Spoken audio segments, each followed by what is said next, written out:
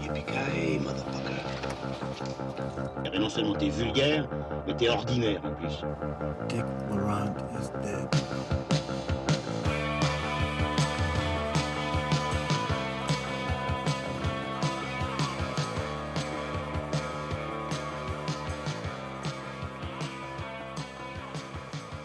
Amis et amis cinéphiles, bonjour ou bonsoir et bienvenue dans Transmission, la 40e de Transmission ce soir. Donc, Transmission, c'est quoi? La table ronde qui fait le grand écart entre cinéma d'auteur et pop culture.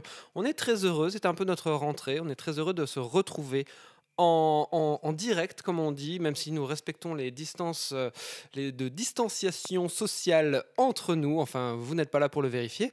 Mais donc, nous sommes contents de nous retrouver vraiment ce soir en pleine assemblée. Manuelas, comment vas-tu? Très bien, Olivier. Ça va, les amis? Julien Rambaud. Très bien, merci. Et enfin, Lucien Alflans, notre envoyé de Liège. Ça va super, et vous les gars? Mais très bien, merci, même si ce soir, le programme n'est quand même pas à la hauteur d'une rentrée fanfaronnante, il n'y a pas de quoi fanfaronner, puisque nous allons bien sûr parler du film événement, de la rentrée, et quelle rentrée, puisque donc c'est vraiment le post-confinement. Bien sûr, je parle de Tenet, le film de Christopher Nolan. Et puis, nous parlerons également de A Girl Missing de Koji Fukada. C'est un film qui est sorti en France sous le titre de L'Infirmière. Juste 2 films au programme de ce soir, mais mes amis n'ont pas désiré en inscrire davantage. J'avoue que le Fukada est mon choix personnel, donc on va voir si je vais me faire détester à la fin de cette émission ou pas. Voilà, vous savez que nous avons coutume de commencer cette émission par un petit jeu cinéphile. Donc ce soir, le jeu s'appelle Joue-la comme Nolan. Alors vous savez qu'il fait des films high concept. Malheureusement, le problème peut-être c'est qu'il n'arrive pas à les faire trop vite comprendre.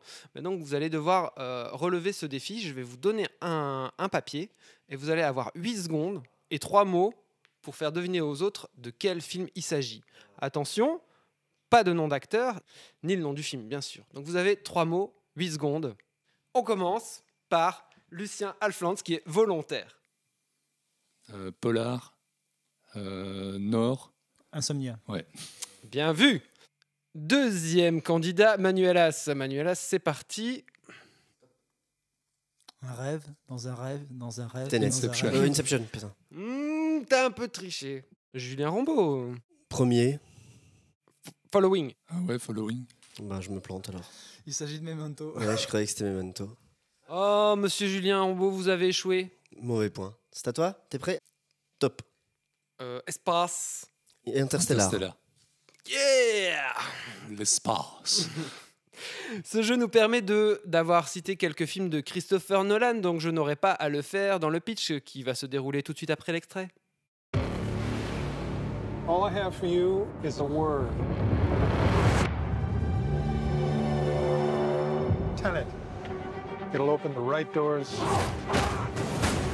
Some of the wrong ones, too.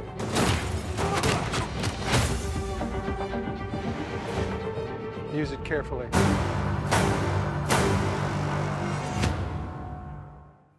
C'est bien sûr le grand film attendu de la rentrée, le blockbuster à 250 millions de dollars, censé ramener le public dans les salles de cinéma et sauver le 7e art. On salue ici bien sûr la Warner et Christopher Nolan de prendre ce risque, surtout que c'est un film qui ne fait pas partie d'une franchise et qui ne compte pas à son générique de star de premier plan. Parce qu'en fait, la vraie star de Tenet, c'est qui ? C'est son auteur-réalisateur, bien sûr, Christopher Nolan, dont c'est ici le 11e long métrage et le 2e de suite qu'il ne co-écrit pas avec son frère Jonathan. Encore une fois, le récit de Tenet est émaillé de jeux temporels, donc de jeux sur le temps, puisqu'il conte l'histoire d'un agent /espion /type trop fort qui est chargé d'arrêter un trafiquant d'armes russe qui menace de détruire le monde. En gros, c'est ça. Ok. Le protagoniste est interprété par John David Washington, qu'on a vu dans Black Klansman de Spike Lee. Il fait équipe avec Robert Pattinson et aussi Elizabeth Debicki, qu'on a vu dans Les Veuves de Steve McQueen, qui, elle, joue la femme du grand méchant interprété par Kenneth Branagh. C'est la 3e collaboration de Christopher Nolan avec le chef-op Hoyte van Hoytema, après notamment Interstellar en 2014 et Dunkerque en 2017. Et changement dans l'univers nolanien. Hans Zimmer, musicien qui a participé à l'avènement du style Nolan pour le meilleur et pour le pire, cède ici sa place au compositeur Ludwig Göransson, qui a apparemment travaillé sur Venom, Black Panther ou la série The Mandalorian, apparemment parce que je n'ai vu aucun de ces 3 titres. Et qui est vachement plus dans la mesure. On reconnaît tout de suite la finesse d'un autre compositeur à l'accompagnement de Nolan. Très bien, Lucien, puisque tu vas commencer sur le film, tu enchaînes. Je sais qu'on dit toujours qu'on évite de faire des formules, mais là j'en ai une toute préparée pour Tenet. Pour moi, ça aurait pu être ça aurait pu être sympa comme un mauvais James Bond s'il n'y avait pas eu toute la théorie, s'il n'y avait pas eu le boulard de Nolan autour, qui se sent obligé de faire en effet de tisser une théorie, un principe, un Tenet comme le dit le titre, qui est très littéralement un début, une fin, qui sont donc les mêmes, mais qui n'ont absolument aucun sens. En fait, pour être tout à fait franc, ça fait, je crois, peut-être 6-8 mois qu'on n'a pas vu ce type de production au cinéma. Donc, je mentirais en disant que j'ai pas eu une fascination à certains moments devant l'écran de cinéma à voir ce type de spectacle-là, mais ça tient à chaque fois sur quelques secondes. Et puis, il y a un vrai problème, je pense qu'on va en parler, juste en termes de plaisir de spectateur, c'est que Nolan n'a jamais su, et je pense ne saura jamais. Nolan a des qualités, mais elle ne se trouve jamais dans sa mise en scène, dans ses chorégraphies des scènes d'action. Et le problème ici, comme le film est construit comme un palindrome, on y reviendra, c'est que les scènes chiantes, on se les tape 2 fois, quoi, en gros. Je pense à un crash d'avion qui est vraiment une platitude absolue. Peut-être petite chose à sauver. Moi, j'ai trouvé... il y a probablement des choses à sauver. Mais j'ai trouvé de Bicky, malgré la... Enfin, c'est une actrice que j'ai envie de suivre, malgré la platitude de son rôle. Qui est assez magnétique, en effet. Et j'ai trouvé Pattinson plutôt pas mal. Après, le fils Washington est charismatique, mais moi, je vois son père mais tout le temps, quoi. C'est presque gênant, je trouve, dans les mimiques, la manière de se poser. Et même aussi, chose à noter, je pense que je m'avance peut-être, je n'ai pas vérifié ce que je veux dire, mais il me semble que c'est la première fois que Nolan bosse seul au scénario. Non, Dunkerque, il avait déjà écrit le scénario tout seul. Mais ici, j'ai l'impression de voir du sur-Nolan, quoi. Vraiment, c'est-à-dire c'est du Nolan, tous les curseurs poussés à fond, avec ce que ça a peut-être de mieux sur certaines choses et de pire sur d'autres.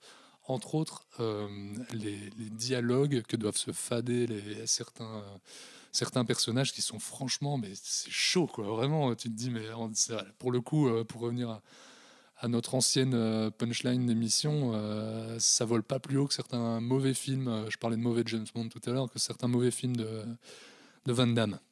Ouais, après, Lucien, quand tu dis que que le film serait sympa si c'était à la rigueur un mauvais James Bond, je suis pas vraiment d'accord. À la rigueur, ça serait sympa si c'était un bon James Bond. Un mauvais James Bond, ça fait un bout de temps qu'on s'en tape et on pourrait se les épargner. On sait très bien que Nolan a toujours voulu ou est fan de la franchise James Bond, n'en réalisera pas parce que ça fait pas partie de son univers, mais tu sens qu'il y a une attirance pour ce genre-là. Et je trouve que ça marche par certains aspects dans le film. Après, je vais essayer d'être un peu mesuré sur le film parce que je trouve que c'est un film qui est, dans sa réception critique, je trouve assez polarisant. Il y a vraiment un aspect de rejet absolu ou alors encore une sorte de fascination à décrypter et qui, à mon sens, pas forcément le truc le plus intéressant qu'il y a dans le film. Le film te pose beaucoup de questions tout du long et beaucoup de questions à la fin, mais c'est aussi un peu son problème. On a l'impression qu'il s'en fout aussi. Pour moi, Nolan, je m'inscris en faux par rapport à ce que disait Olivier, c'est que je trouve, au contraire, il réussit assez bien ses expositions dans ce film. C'est souvent quand il doit après réaliser ce qu'il t'a exposé au début qu'il commence à pêcher par ses limites de mise en scène. Là, pour le coup, c'est un film où je trouve son exposition est catastrophique. Tu as 1 heure d'exposition où tu ne comprends strictement rien. Tu as des scènes où le personnage arrive, il se confronte à Michael Caine, qui lui explique une histoire de tableau. Tu dis, bon, ça va être simple. Et non, on te rajoute un truc, t'embrouiller, c'est pas un vrai tableau, c'est un faux, etc. Tu ne pipes rien au film. La toute première scène, par son immersion et par sa mise en scène, fonctionne, je trouve. Mais après, c'est sûr que l'exposition des personnages et comment ils sont présentés, très vite, Alors, moi, j'ai fait le choix. Effectivement, le film arrive à un moment où on a été un peu sevré de ce type de blockbuster. Et il faut dire que quand même, c'est un blockbuster beaucoup plus réjouissant que les merdouilles Marvel qu'on se tape par kilo de 15. Mais au-delà de ça, on n'a pas fait avancer trop le schmilblick sur ça. C'est très paradoxal parce qu'on sent que Nolan a envie de lâcher un petit peu le côté cérébral qu'il peut y avoir dans son cinéma pour se laisser aller à l'action. Le problème, c'est qu'il est limité à mon sens, ses qualités de mise en scène. Il n'a pas une mise en scène chorégraphique, et donc dans le cinéma d'action, c'est problématique. Ces scènes, en fait, c'est pas des mauvaises scènes d'action en tant que telles, mais elles reposent sur une idée qui est sympa, la course de voiture, un petit détail dans le rétroviseur, la scène de confrontation, qui n'est pas vraiment une scène d'action, la scène de confrontation avec le méchant dans 2 pièces séparées par une glace, avec un impact dans la glace et un résidu de sang. Il y a souvent, ce qui prédomine dans le plaisir que tu as sur la scène, c'est une idée, mais l'exécution de la scène, c'est pas ça, quoi. Il y a aucun sens chorégraphique, et c'est ce qui fait qu'en fait, à la fin du film, je me dis bon, en fait, j'ai pas envie de revoir le film parce qu'en fait, j'ai pas du tout de plaisir vraiment à me dire faut absolument que je revoie cette scène d'action. Elle est absolument kiffante. Là, au final, c'est assez terne. Non, si tu revois le film, c'est pour essayer de le comprendre, et il est impossible à comprendre, je pense. Et je pense qu'il est bourré en plus d'incohérences. Absolument. En plus, il y a vraiment une volonté de mal exposer les choses ou de les rendre très peu claires tout du long. C'est de l'enfumage. Il y a un peu d'enfumage, il y a vraiment une volonté de rendre les choses le moins claires possible dans son exposition.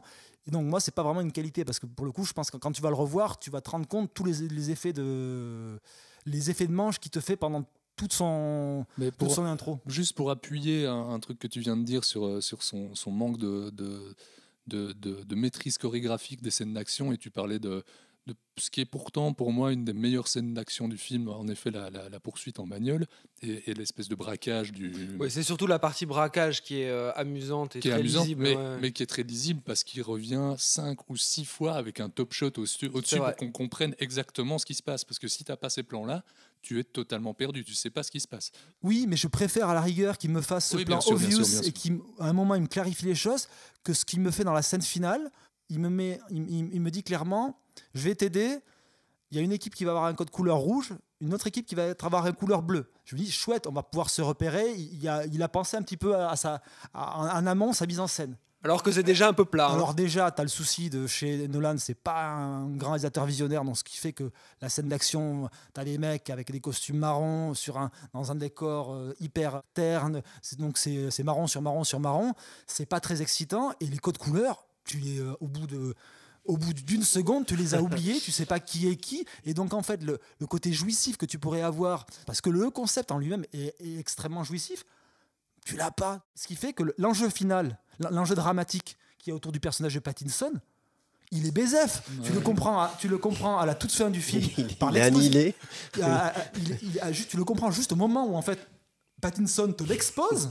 Ouais, c'est ça. Tu dis, ah ok, alors en fait ce code couleur bleu-rouge, c'était pour me faire le lien avec les séquences de début et le personnage de Pattinson. Putain, c'est foiré parce que j'ai rien compris. C'est aussi pour aller ratisser les gamers de Call of Duty. C'est vraiment une idée qui vient directement de là, quoi. Oui, mais le problème, c'est que c'est pas appuyé par la mise en scène. Et je veux dire, carrément pas. Ouais. J'entends tout à fait que je sois trop débile, que le film soit trop intelligent pour moi. Sauf que pour moi, c'est vraiment des problèmes de narration. C'est juste qu'il est mal raconté. Clairement, je suis complètement d'accord avec ça. Julien, tu veux... Ouais, je vais continuer dans ce qui est dit, mais c'est vrai que moi, ma petite punchline à moi, c'est qu'à un moment donné dans le film, quelqu'un dit « tu ne comprends rien à ce que je dis », et l'autre lui dit « non, mais ça a l'air très important ». Et pour moi, ça résume le film aussi, c'est-à-dire que vous en avez suffisamment parlé, il y a une espèce d'enfumage et de cérébralité. Alors, j'espère que c'est pas que de l'enfumage. J'aimerais bien en fait le suivre et comprendre ses rouages, ses subtilités, le foisonnement qu'il y a dans le film, qui a l'air d'être dans la tête de Nolan. Est-ce que ça l'est réellement ou pas, j'en sais rien. Mais en tout cas, il me semble qu'il faillit à sa principale mission, enfin en tout cas à la mission que j'attends moi d'un film pareil, c'est de rentrer dedans, et de rentrer dans l'image, de rentrer dans les actions, de rentrer dans le film. Et ça, je n'y vais jamais.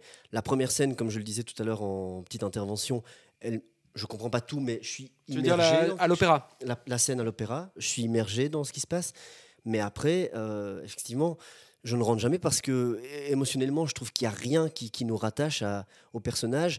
Les dernières 45 minutes, quand il s'agit de sauver un petit peu la femme, je trouve qu'il se passe quelque chose. Mais avant, Mais elle n'existe pas, ce personnage. Mais pourtant, il l'essaye. Hein. Dieu sait qu'il C'est un essaye de personnage mettre qu'on voit du, beaucoup, qu'on voit ouais, vraiment ouais. beaucoup, mais à aucun moment il prend. et en fait, c'est Alors vrai que la seule il a chose une qu'il a fait super exister, actrice et il en fait à la clé de son récit presque. elle existe seulement, je crois, par son magnétisme, enfin par le fait que ce soit une bonne Ouais, actrice tu donnes lumineuse. le même rôle à je sais pas quel pop star, c'est le néant quoi. Ouais, et là, pour finir, j'ai l'impression qu'on est avec elle, qu'on a envie. Mais effectivement, il n'y a pas les clés avant qui sont mises pour que on la suive. Mais je pense que le souci qu'il y a autour du personnage de Debicki, c'est qu'il est encore un effet de manche un petit peu de Nolan. Il y a toute cette question sur qui est le personnage potentiellement de Pattinson dans une timeline du film. Et il est lié à Debicki. Et tu sens que c'est un des gros enjeux en ce moment sur Internet et de la théorie vis-à-vis du personnage de Pattinson et de la relation qu'il pourrait avoir avec Debicki. Et en fait, tu te dis, si ce personnage il est aussi peu développé, mais suffisamment pour t'intéresser, c'est qu'en fait, il est juste là pour te développer ce petit effet que tu auras sur le personnage de Pattinson, mais en tant que tel, il n'existe pas vraiment. Mmh. Il est là pour tapater sur l'échiquier de Nolan, mais c'est pas un personnage en tant que tel, quoi. Non, mais c'est typiquement un film où on se dit juste, ok, qu'est-ce qu'on a vu, tu vois. Et j'aimerais bien m'abandonner parce que là aussi, il est dit plusieurs fois dans le film, il est redit, n'essayez pas de comprendre au tout début. On a envie de se laisser aller, mais C'est pas con ce que tu dis en fait. Alors c'est peut-être un principe, mais de se demander en fait qu'est-ce qu'il y a dans un film. Quand t'en sors, qu'est-ce qui fait que tu aurais éventuellement envie de le revoir ou qui va rester avec toi? Ça peut être en effet un plaisir direct, ça peut être un plaisir visuel, ça peut être un propos qui t'a parlé. Et en fait, le film est un peu tiède surtout. C'est vrai. Mais par exemple, tu vois, au début du film, tu as la scène avec Cléance Poésie où elle dit tu dois pas avoir la balle, tu dois la ressentir. ouais. Tu dois pas te poser de questions, tu dois ressentir. Et en fait, mais que dalle. Enfin, je veux dire, ça te promet un truc sur le film, mais que dalle. Ouais. Mais c'est surtout, je sais pas si vous avez eu le même sentiment sur cette scène-là, c'est qu'en plus, je ne comprends pas ce qui se passe à l'écran, moi.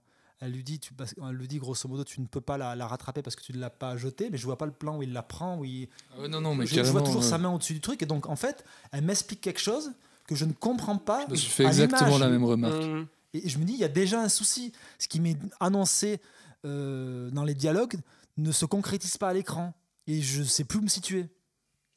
Ce qui me titille, disons, fondamentalement, c'est que dans le côté alambiqué, les voitures à l'envers, tout ce bordel, hein, parce qu'il y a quand même un gros bordel dans le film, quelque chose qui pourrait être presque drôle, jouissif, ludique, et pourtant c'est très plombant, très sérieux. Alors, au moins, il y croit, lui, je crois, qu'il y a un aplomb, une audace, tout ça, il y va à 200%, et c'est pour ça que finalement, j'ai pas de haine pour le film. Ou que...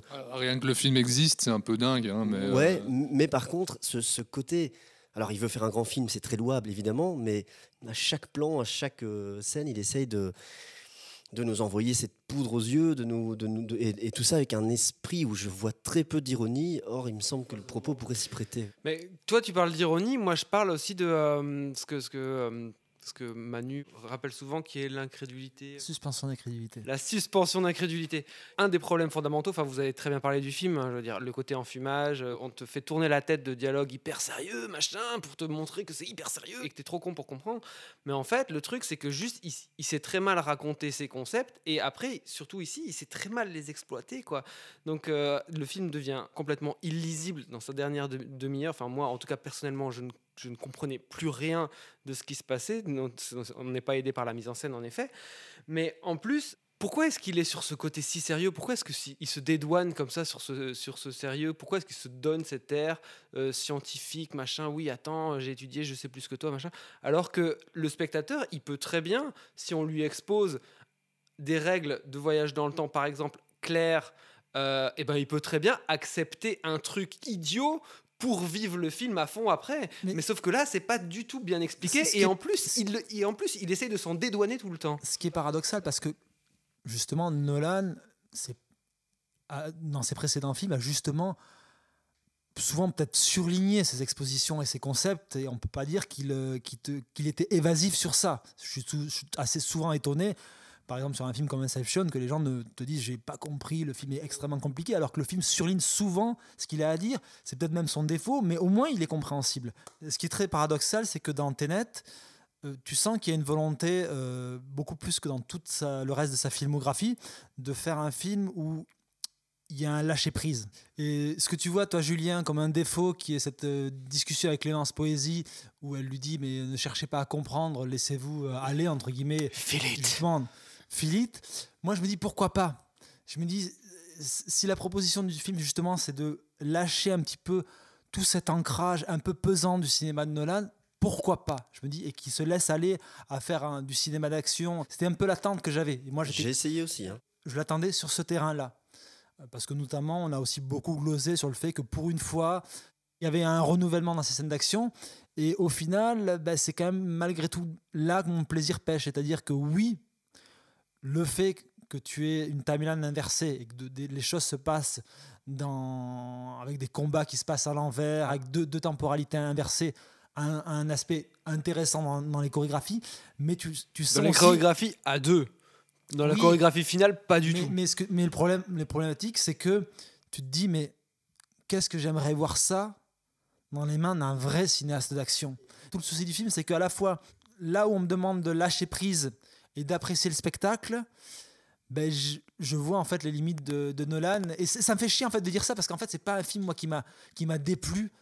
J'ai pas foncièrement de haine vis-à-vis du film. C'est juste qu'à la fin du film, je me rends compte qu'il va pas m'en rester grand-chose par la suite. Et que c'est pas un film que j'ai envie de revoir ou réinvestir comme dans la plupart des grands films d'action en fait. Il te demande à tout instant en effet un peu de lâcher prise, enfin pas à tout instant mais régulièrement de lâcher prise, et paradoxalement il est extrêmement, toujours dans son cinéma, extrêmement cérébral, cartésien, mais il y a un côté très mathématicien, et en même temps il te demande de lâcher prise. Il est très cartésien sur entre guillemets son concept, mais en fait, et ça c'est volontaire, il te donne qu'à moitié les clés. Il te rend les choses incompréhensibles. Je veux dire, il y a plein de films où tu comprends pas tout, mais où il déploie une forme de poésie ou quelque chose qui se passe. Tu comprends pas toujours chez tout, Lynch, mais... chez Tarkovsky, mais t'imagines Tarkovsky s'il était cartésien, ce serait l'enfer, quoi. Je veux dire, mais vraiment.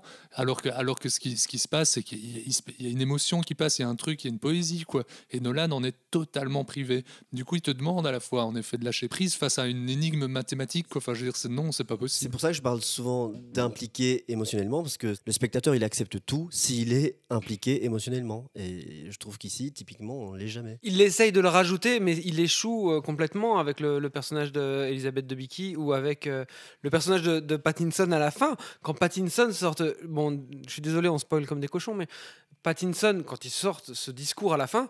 Tu te dis, ah merde, il fallait que j'ai vraiment un affect en fait. Il y a vraiment un truc qui s'est passé, j'ai pas compris. Ah zut alors. L'affect émotionnel, c'est un échec total. Je me suis même demandé si c'était pas, si en fait il parlait de quelque chose qu'on avait vu vraiment à l'écran. Moi je me suis dit, peut-être qu'il parle d'aventure en fait qu'on n'a pas connue, quoi, que c'est un truc vraiment... Et puis tu croyais que tu t'étais endormi pendant 10 minutes et que c'était de ça dont il parlait? Non, mais je me disais juste, il parle d'un truc, voilà, on a vécu une grande aventure, mais voilà, c'est pas montré dans le film, quoi, c'est autre chose. Il s'est passé autre chose dans notre bulle temporelle, tu vois. Et en fait, il parle bien de ce que tu as vu, sauf que, en effet, dans ce que tu as vu, tu n'as rien vu de ce qu'il dit. Et c'est ça, et c'est là, effectivement, Olivier pointe un truc vraiment très juste par rapport au film, c'est que, en fait, le seul rapport que tu as au personnage de Pattinson, du point de vue du personnage du protagoniste, interprété par Denzel Washington, parce que le personnage n'a pas Denzel Washington, hein, c'est son fils. Il y a ce souci, en fait, que c'est, du point de vue de ce personnage-là, le personnage de Pattinson est juste un personnage un petit peu suspect parce qu'il semble avoir un coup d'avance sur lui. Mais en fait, il n'y a pas de relation en fait, entre les deux personnages. Et donc, de facto, d'un coup, te poser une scène un petit peu émotionnelle entre les personnages où tu le sens un peu impliqué. Là, il a les yeux un peu baissés. Je ne sais pas s'il pleure un petit peu, mais tu le sens concerné à ce moment-là quand Pattinson lui sort ça. Et en plus, moi, c'est un gros souci de cette séquence-là, au-delà même du fait qu'il me demande de croire à quelque chose que je n'ai pas vu pendant le reste du film, me dire, si tu veux avoir cette émotion, il faut que tu revoies le film. C'est un peu ça le concept du film. C'est si tu veux revivre l'émotion des personnages, il faut que tu revoies le film. C'est comme ça qu'il va sauver le cinéma, en allant que le spectateur aille voir le film plusieurs fois. Ça, j'achète pas. Et en plus, il te sort une punchline, qui est peut-être la punchline la plus usitée de l'histoire du cinéma, qui est la fin de Casablanca, qui est c'est it's the beginning of a beautiful friendship, c'est le début d'une grande amitié. Même si t'es pas cinéphile, elle est tellement passée dans le langage courant, usuel entre guillemets, que tu peux pas t'empêcher d'avoir un sorte de recul vis-à-vis de cette séquence-là. Et c'est un truc que je ne comprends pas comment d'un coup il te pose une séquence aussi obvious à ce moment-là du film, alors qu'il est en train de construire l'inverse. Comme on parle de la pop culture, sur les internets, comme dirait Olivier, peut-être vous avez vu passer un schéma qui dit si vous n'avez rien compris à Tenet, voici de quoi vous éclaircir, et on voit des trajets de personnages, il y en a 3 qui se partent dans tous les... Enfin, je ne sais pas si c'est explicable parce que c'est très visuel, mais un labyrinthe infini de trajets où on voit qu'effectivement aucune trajectoire des personnages ne peut être comprise, quoi. Voilà. Moi, j'ai vu des gens sortir de la séance en saignant du nez. C'était pour rigoler. J'ai vu beaucoup de gens, ceci dit ça marche, j'ai vu des gens sortir qui disent c'est un film qu'il faut revoir 2 fois pour bien comprendre. Mais paradoxalement, c'est ce que je me suis dit. C'est les gens bêtes. Tout le monde dit ça. C'est bête. Moi, je me suis dit, typiquement, je vais revoir le film pour essayer de me poser. Et puis, plus le temps passait, plus je me suis dit, en fait, j'ai pas besoin d'avoir cette deuxième vision parce qu'en fait, il me reste pas grand-chose. Je le dis encore une fois, j'ai passé un bon moment, j'ai passé une bonne séance, j'ai pas été irrité par le film.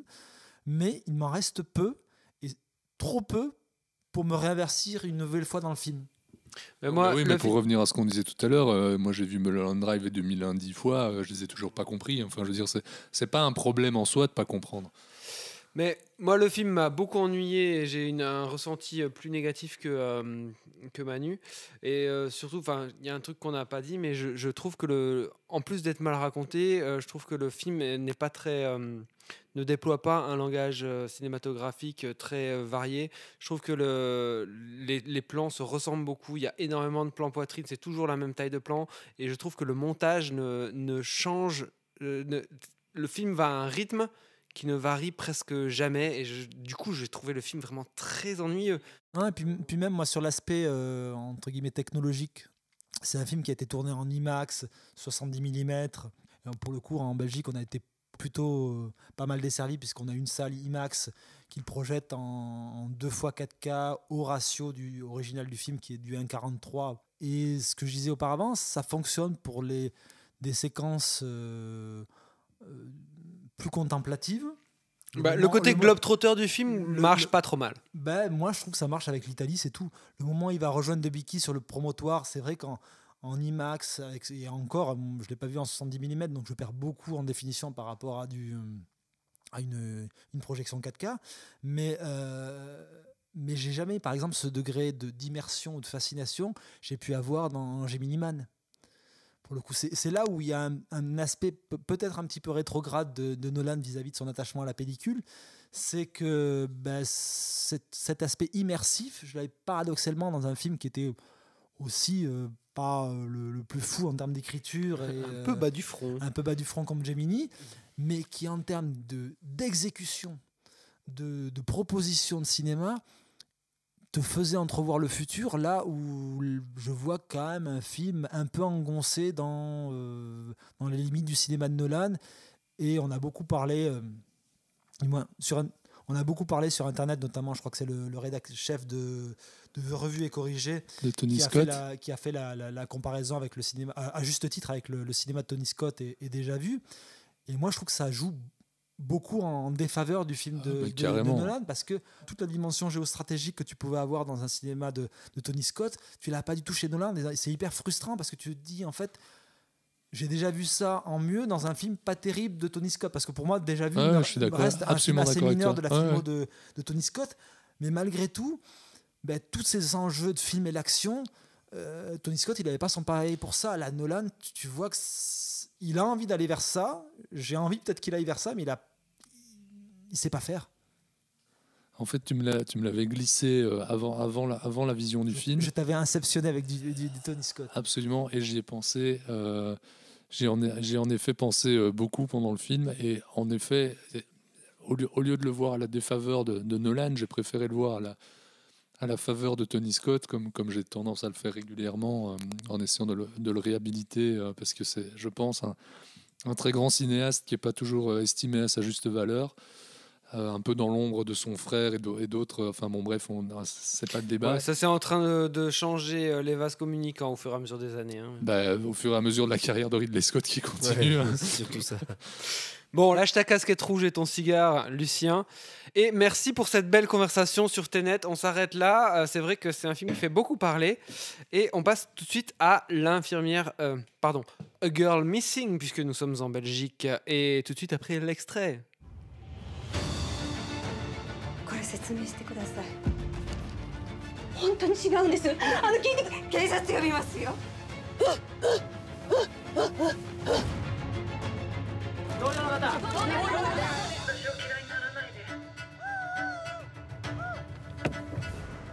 いずれこうなるはずだったからダメ私は嫌だ私が今まであなたに話したこと全部嘘 Certains l'ont découvert avec Sayonara en 2015 ou Harmonium en 2016, qui avait reçu le prix du jury Un certain regard à Cannes. Koji Fukada est donc un scénariste, réalisateur, monteur et producteur japonais de 40 ans. L'infirmière est déjà pourtant son 9e long métrage, et oui. L'infirmière, ou A Girl Missing, puisque nous sommes en Belgique, raconte la chute du personnage d'Ichiko, une infirmière à domicile, qui se retrouve mêlée à la disparition de la jeune sœur d'une famille pour laquelle elle travaille. Le film est interprété par Mariko Tsutsui, qui était déjà dans Harmonium, et aussi Mikako Ishikawa, dans le rôle de Motoko, antagoniste principale du film, qui est la sœur de la jeune fille qui sera enlevée, et qu'on a pu voir, elle, dans The Third Murder d'Hirokazu Koreeda, dont nous avons parlé ici il y a quelques temps. Julien, tu souhaitais commencer sur le film de ce bon vieux Koji Fukada. Bon, il est probable que je sois influencé par la vision de Tenet vue juste avant The Girl Missing. A Girl Missing, vu avant A Girl Missing, mais je trouvais qu'il fonctionnait justement un peu comme son antagoniste et un peu comme l'anti-Tenet, dans le sens où, là où on vient de parler du Nolan foisonnant et rempli, ici on a un film qui prend un seul thème, mais qui par contre l'approfondit, l'étire, le creuse et va vraiment au bout de son thème en le développant complètement. Et quel est-il ce thème, Julien ? Le thème, pour moi, c'est la vie d'une femme qui essaye de sauver son apparence, son boulot et sa vie en obscurcissant quelques pans de son identité et de sa vie passée. J'avais un peu peur d'être largué au départ du film, mais je trouve que justement, c'est un film qui, au fur et à mesure de sa vision, vient complètement s'éclaircir, gagne en épaisseur. Et je trouve qu'il est assez fort et assez remarquable dans sa construction et dans le jeu de domino qui déploie, dans le sens où on a des éléments qui peuvent paraître anodins, comme une scène qui se passe au zoo avec une discussion a priori anodine du personnage principal qui explique qu'elle a une fois, par curiosité et de façon complètement asexuée, regardé le pénis de son neveu, finalement revient à avoir un incident, voire un accident capital sur sa vie et sur ce qui va lui arriver ensuite. C'est une sorte d'effet papillon, et en ça, je trouve que le scénario est assez intéressant. Et surtout, pour encore parler de Tenet, c'est un film qui, ici, laisse la place au spectateur et laisse l'espace. J'ai l'impression que je peux me glisser dedans et que je peux faire mon interprétation et non pas être sursaturé d'images et de messages. Tu n'es peut-être pas sursaturé d'images ou de concepts ou d'idées qu'on te cherche à t'inceptionner. C'est un film qui, effectivement, contrairement à Tenet, qui fonctionne en ligne claire. Tu l'as peut-être pas dit, mais c'est un film qui fonctionne sur 2 temporalités séparées, une temporalité qui se passe au présent et une temporalité qui se passe dans un temps antérieur. Et le film est assez malin et intelligent, pas petit malin, mais malin dans son écriture. Limpide. Oui, limpide, dans la manière dont il te fait comprendre assez rapidement sur des petites idées. Il y a un élément dans la séquence où elle se fait couper les cheveux, où de manière assez bizarre, dans cette séquence d'intro, elle va se mettre à bâiller. Et très rapidement par la suite, tu vas voir cette séquence-là redoubler. Et tu vas comprendre que si elle fait ça dans la séquence de début, c'est que ce moment-là, on lui a appris auparavant. Et donc, tu sais très bien où te situer entre passé et présent. Pour le coup, c'est une écriture beaucoup plus limpide et beaucoup plus claire que dans Tenet. Après, je pense qu'il y a le même souci que chez beaucoup de films de Nolan, c'est que ça soigne son exposition, peut-être pas dans Tenet, mais ça soigne son exposition, mais la fin est pas forcément à la hauteur. et que c'est un film qui progressivement va pas de déception en déception, mais assez déceptif dans la manière où les personnages vont s'affronter au final. Donc on a ce personnage d'infirmière qui va se confronter à un personnage qui est amoureux d'elle, et ça va provoquer en fait sa chute. Et ce personnage qui est amoureux d'elle, qui est une jeune fille chez qui elle travaille, ben, cette jeune fille, en fait, je trouve qu'elle est assez peu construite dans l'écriture du film.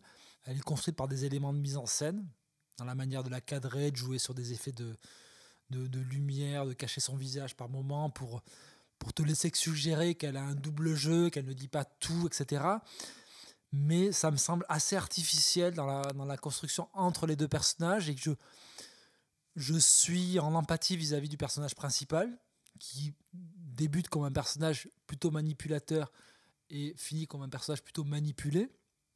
Donc tu as effectivement une empathie assez forte vis-à-vis du personnage, mais le personnage qui est face à elle est tellement peu construit comme beaucoup d'autres personnages du film que c'est un film qui progressivement perd en intensité et laisse un goût un peu assez tiède en fin de projection. Je te trouve assez dur dans les mots utilisés, même si je te rejoins partiellement, mais il me semble que la mise en scène de Fukada fonctionne aussi dans le fait que justement ce personnage principal est vraiment le révélateur qui va permettre aux autres de réagir par rapport à elle. Donc en ce sens, ils ne sont pas très actifs, mais tu l'as dit avec la lumière et dans le cadrage, je trouve que déjà là-dedans, il y a des choses qui se passent dans son antagoniste qui est amoureuse d'elle, dans sa colère rentrée, dans sa colère, sa rancœur froide, etc. Et dans la façon dont elle regarde, dont elle agit, dont elle bouge vis-à-vis d'elle. Je trouve que quand même, on sent qu'elle existe et qu'elle n'est pas non existante, comme tu sembles un peu le dire. Et si, parce que regarde la confrontation de fin qu'il y a entre les deux personnages. Elle est très poussive, elle se retrouve face à un personnage... Tu parles de la scène de la voiture. La scène de la voiture. Elle se trouve confrontée au personnage qui a détruit sa vie, et quand elle la découvre, ben elle exerce le même métier qu'elle a exercé auparavant, qu'elle ne peut plus exercer. Et c'est une facilité d'écriture à ce moment-là qui dessert beaucoup le film, parce que tu t'attends à un moment où ça culmine dans la confrontation entre les deux personnages, et en fait là tu te dis... Là, tu es en train de me vendre une théorie, un concept, pas un truc à la Nolan, mais je veux dire, tu es vraiment dans de l'écriture très, très petit manuel de scénariste. Et c'est assez révélateur dans cette séquence de visite du zoo. Tu me dis que c'est assez bien amené, cette idée qu'elle parle de quelque chose assez d'anodin et qui va se révéler dévastateur. C'est bien amené par la bizarrerie et le mystérieux de la scène. Pas tant que ça, parce que le personnage de cette jeune fille qui est amoureuse d'elle est tellement surligné par la mise en scène et tellement peu construit dans sa relation fusionnelle vis-à-vis du personnage principal, que tu sais, quand elle est en train de sortir ça, que ça va lui revenir comme un boomerang en pleine gueule. Tu sais, moi je sais pas ça. Moi je trouve que c'est tellement écrit. Pour moi, je trouve que c'est vraiment à ce moment-là où le film, de manière très différente de chez Nolan, me montre un petit peu ses effets à l'avance. Je trouve que votre conversation explique en fait assez bien ma réception du film.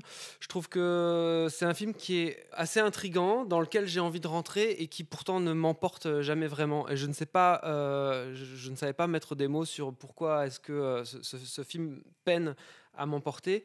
Et c'est vrai que sans doute il y a quelque chose des rapports de domination de l'un et de l'autre qui ne se cristallise sans doute pas assez à l'écran, sans doute par la tiédeur du personnage de l'antagoniste Motoko, qui est aussi révélé par son jeu en elle-même, qui est quand même assez monocorde, assez sur une seule note. Mais pourtant, je trouve que dans le film, il y a régulièrement des très bonnes idées. En fait, le film il est assez terne à regarder. L'image est très éclairée, comme ça, c'est assez plat. Et pourtant, régulièrement, je trouve que Fukada, il a une espèce de petit truc en plus, une petite idée qui va introduire une étrangeté dans pas mal de scènes, que ce soit la scène du zoo avec le rhinocéros, que ce soit la scène juste après les accusations de pédophilie. Il y a une scène qui commence par un très très long plan sur le gamin dans une aire de jeu. Je trouve que ça fonctionne assez bien pour mettre le trouble, alors que c'est tout simple, c'est juste un choix de découpage. Il y a une scène qui fonctionne sur un aboiement au début du film. Et je trouve qu'il y a régulièrement des idées qui introduisent quelque chose en plus que ce que tu vois au premier degré. Et je trouve aussi qu'il est assez doué pour certains trucs, notamment pour, en très peu de choses, en très peu de cadres, en très peu de relations, te montrer l'attachement que le personnage principal a à son travail. Il y a notamment des scènes où elle se retrouve, où genre les infirmières font un dispatching, et c'est en très peu de cadres et très peu d'interactions, et pourtant c'est suffisant pour que quand Ichiko sera déchue de son boulot, on sente en fait le déchirement qu'elle a en elle. Il y a une sorte de grammaire cinématographique assez économiste, oui, et effectivement, ça tient à ce que tu dis dans le découpement. Et même dans la mise en scène, je trouve qu'il y a beaucoup de petites idées dont tu parles. La façon aussi dont, quand elle se retrouve au car wash, où elle a les yeux vides et que j'ai l'impression qu'elle est broyée, avalée par ce car wash.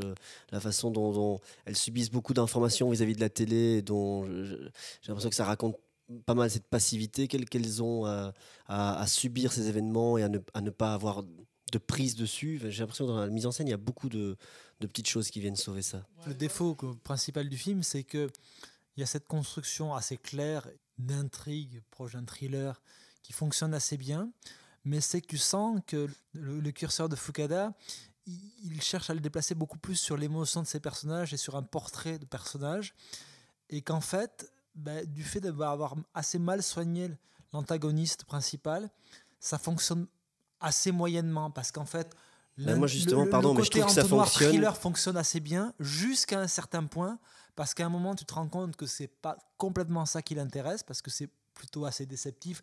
La vengeance du personnage principal est déceptive, beaucoup de séquences de confrontation sont déceptives, et tu sens qu'il essaie de creuser ses personnages, et c'est effectivement très réussi vis-à-vis du personnage principal, où tu es en empathie totale vis-à-vis d'elle, mais quand elle se confronte à la personne qui a détruit sa vie, ça ne marche pas. Cette séquence de fin ne marche pas, et elle ne marche pas parce que le personnage qui est face à elle n'a jamais été construit auparavant. Mais parce qu'on est dans la tête on est dans la tête de cette femme principale. Pour moi, c'est pour ça que son antagoniste qui soit moins construit, c'est vrai, mais ça me dérange moins parce qu'on est vraiment projeté presque en première personne parfois, dans la tête de cette infirmière et dans ses agissements à elle. Et c'est pour ça que c'est un portrait. Là, je suis d'accord avec ça. C'est un portrait de personnage, mais je veux dire, du fait de le construire comme un thriller, à un moment, je suis désolé, cette scène de fin où elle se retrouve face à elle, prête à l'écraser en bagnole, est-ce qu'elle n'est pas déceptive pour toi ? Elle est déceptive, mais pour moi, elle raconte aussi la lâcheté et le fait de ne pas pouvoir agir, et que combien de fois on a envie de péter la gueule de quelqu'un et qu'en fait on ne le fait pas. Bon, en tout cas, clairement, je trouve qu'il y a des problèmes dans l'écriture, il y a des problèmes par rapport à l'affect que tu as dans le film. En même temps, régulièrement, de nouveau, je me répète, mais il y a des trucs qui fonctionnent très très bien. Et bêtement, ce truc de coupe de cheveux fonctionne super bien, non seulement pour te situer, mais en plus, le personnage et l'interprète, qui est assez remarquable, est relativement asexuée dans la première, dans tout ce qui se passe dans le passé, alors qu'elle devient très sexy dans la temporalité au présent, et je trouve que c'est un truc qui fonctionne vraiment assez bien. Et elle a un visage très chercher spécial. cet homme avec qui elle a une relation, c'est aussi une bonne scène qui fonctionne bien. Très bien, messieurs. Lucien ne l'a pas vu, donc voilà, nous continuons sans Lucien. C'est pas très grave. Donc voilà, un peu mesuré sur ce film qui, pourtant, je trouve, mérite le détour. Et je trouve que le réalisateur a un côté prometteur, même si il a du mal à passer la seconde, et peut-être que dans son écriture, parfois c'est un peu poussif, en effet. Merci, messieurs. On va passer tout de suite au conseil. Écoute, pourrieux, pour moi tu n'es qu'une merde de chien qui s'étale sur un trottoir. Et tu sais ce qu'on fait d'une merde de ce genre? On peut l'enlever soigneusement avec une pelle, on peut laisser la pluie et le vent la balayer, ou bien on peut l'écraser. Alors si tu veux un conseil d'ami, choisis bien l'endroit où on te chiera. Messieurs, nous passons donc à la dernière séquence de cette émission, qui est dédiée au conseil. Donc, je vais commencer, puisque je suis assez frustré de ne pas avoir commencé ce soir, donc je vais commencer sur les conseils. Juste avant le confinement, il y avait eu annoncé une sortie en Belgique, qui était la sortie du film de Kantemir Balagov, Une grande fille, et qui a été repoussée et qui est sortie à mi-août, je pense, en Belgique. Donc je suis allé voir le film de Kantemir Balagov, le réalisateur de Test Nota. Donc le film s'appelle Une grande fille. Il a eu le prix de la mise en scène à Un certain regard il y a 2 ans. Et c'est en fait Kantemir Balagov dans ce film-là concrétise un peu les promesses de son premier film, je pense. C'est-à-dire qu'il se révèle être un excellent directeur d'acteurs et en fait ici d'actrice plutôt. C'est un film qui se passe en ex-URSS juste après la Seconde Guerre mondiale. Et en fait, à travers 2 personnages très très forts et très très écrits, on va avoir le traumatisme incarné de manière, le traumatisme de la guerre incarné de manière psychologique dans un personnage et de manière physique dans l'autre personnage. Et je trouve que c'est un film qui est très beau et enfin très beau, je veux dire à regarder visuellement, qui est très bien construit, assez fort et qui en plus décrit de manière très précise et immersive qu'est-ce que c'est que de vivre en ex-URSS communiste juste après la Seconde Guerre mondiale. En fait, il y a des scènes de vie communautaire et dans des bâtiments qui sont pas faits pour, qui m'ont rappelé Dr Zhivago de David Lean. Voilà. Avec une actrice principale blonde très singulière et très originale. J'aimais beaucoup l'autre Oui, actrice aussi. moi aussi. Julien, du coup, comme tu m'as pris la parole, je te la cède. C'est un donné pour un rendu. Je vais parler d'un film qui est aussi sorti en Belgique en mois d'août, je pense, qui est le Madre de Rodrigo Sorogoyen, dont vous avez peut-être pu voir El Reino ou Que Dios nos perdone. Excellent polar espagnol. Excellent polar espagnol, me souffle-t-on à l'oreillette. C'est un film dont il avait fait un court-métrage dont le titre est aussi Madre. Et la première scène du long-métrage est d'ailleurs là où s'arrête le court-métrage. Le film est joué par Marta Nieto et Jules Porrier principalement. Et je trouve que s'il y a une mise en scène parfois un peu trop lisible dans justement les relations entre les 2 personnages, sur les mois de la rencontre, sur l'ambiguïté, le trouble entre ces 2 protagonistes et sur le transfert affectif que peut donner la perte d'un enfant et le deuil étrange, mystérieux que ressent cette actrice principale qui s'amourache donc d'un enfant de 20 ans de moins qu'elle. C'est un enfant, c'est plutôt un ado. C'est un adolescent qui a 14, 15 ans, peut-être 12. Est-ce qu'on est au niveau de Mort à Venise ou c'est moins, Non. moins ambivalent que ça? C'est pas si ambivalent à Mort à Venise. C'est ça. C'est très ambivalent, mais justement, pour le coup, c'est toujours dans la délicatesse et dans le trouble entre l'affection un peu trop prononcée et la sexualité qui pourrait avoir envie, mais ça ne dépasse justement jamais ça va jamais lorgner vers le too much, le vulgaire et le scabreux, loin de là. C'est un film qui a été un peu sacrifié, je crois, en France aussi, après le Covid, malheureusement, et donc du coup qui est passé complètement sous le radar, alors que El Reno avait été un beau succès, donc c'est un peu dommage pour Sorogoyen, mais on est sûr en tout cas, on espère que le film pourra avoir de la lumière un peu plus tard. D'autant plus que c'était un film qui était tourné entre l'Espagne et la France et qui aurait eu une possibilité d'avoir une exposition un peu plus forte que les précédents films de Sorogoyen. En tout cas, c'est vrai que cette double nationalité, en tout cas, fonctionne très bien et trouve son sens dans le film entre cette femme qui est espagnole de base et qui revient en France. Et la double nationalité trouve tout son sens dans le film et c'est assez judicieux comme choix. Lucien, j'ai vu dernièrement, plus ou moins, les rushs du film qu'a fait Schroeder sur Bukowski, et je parle pas de Barfly, je parle de son docu. Et les rushs, fatalement, sont beaucoup plus amples, il y a beaucoup plus de matière. Et quand quelqu'un de très intelligent parle avec un génie, fatalement, c'est passionnant. Donc, c'est Bukowski Tape, c'est ça dont c'est ça, exactement. et tu as vu ça où, Lucien? J'ai trouvé les rushs sur Internet. Voilà. Moi, je l'ai en DVD, vous pouvez passer à la maison. Ça dure combien de temps? C'est 4 heures d'entretien entre Schroeder et Bukowski où on passe un peu par pas mal de... Détails éthyliques, détails éthyliques, même de disputes et d'amour. Enfin, c'est du Bukowski, quoi. Alors, Manu. Et moi, ça ne sera pas un conseil, je vais botter un peu en touche. Ça restera dans le domaine du documentaire, ça sera plutôt un teasing, je pense, pour la prochaine émission de transmission. J'ai eu l'occasion de voir en avant-première Un pays qui se tient sage, un film de David Dufresne qui va sortir fin septembre, début octobre chez nous, qui est consacré principalement au mouvement des Gilets jaunes, mais plus largement à la notion du maintien de l'ordre. Donc je vais juste vous conseiller de voir Un pays qui se tient sage quand il sort en septembre. Et d'ici là, je pense que quand le film sortira, on va enregistrer une émission relativement assez rapidement ensemble pour en discuter. Absolument. Manu, est-ce que le film est beau comme un pavé dans la gueule d'un flic? David Dufresne, journaliste donc, mais aussi auteur de documentaires et qui avait notamment réalisé un web documentaire très intéressant qui s'appelait Prison Valley. Je pense que ça devait être il y a 5-6 ans. Ok, merci messieurs pour cette belle émission. On est content de se revoir, on est content de retourner au cinéma. On espère qu'il y a des chouettes films qui vont sortir. On a vu les images du Fincher cette semaine. On espère qu'on verra le Fincher bientôt, je crois, même avant la fin de l'année. Et ce qui fait chier, c'est quand même que Fincher va se positionner sur Netflix et pas en salle. Et effectivement, là, ça sera encore plus...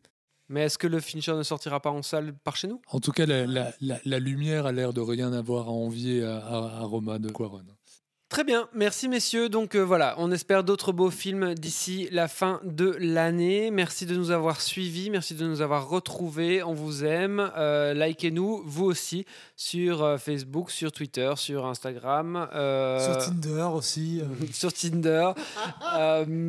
Et vous pouvez également vous abonner à notre newsletter. Merci beaucoup à toutes et à tous de nous avoir suivis et à bientôt. Ciao, ciao.